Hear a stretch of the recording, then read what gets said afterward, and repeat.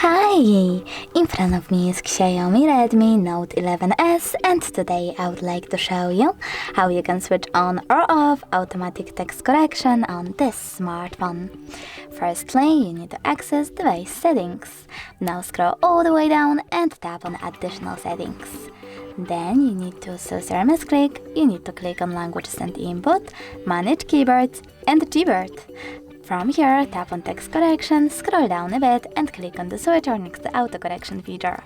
As you can see, automatic text correction is now off, but you can always turn it back on by tapping on the same switcher. Thanks so much for watching. If you enjoyed this video, leave a like, comment and subscribe. Bye!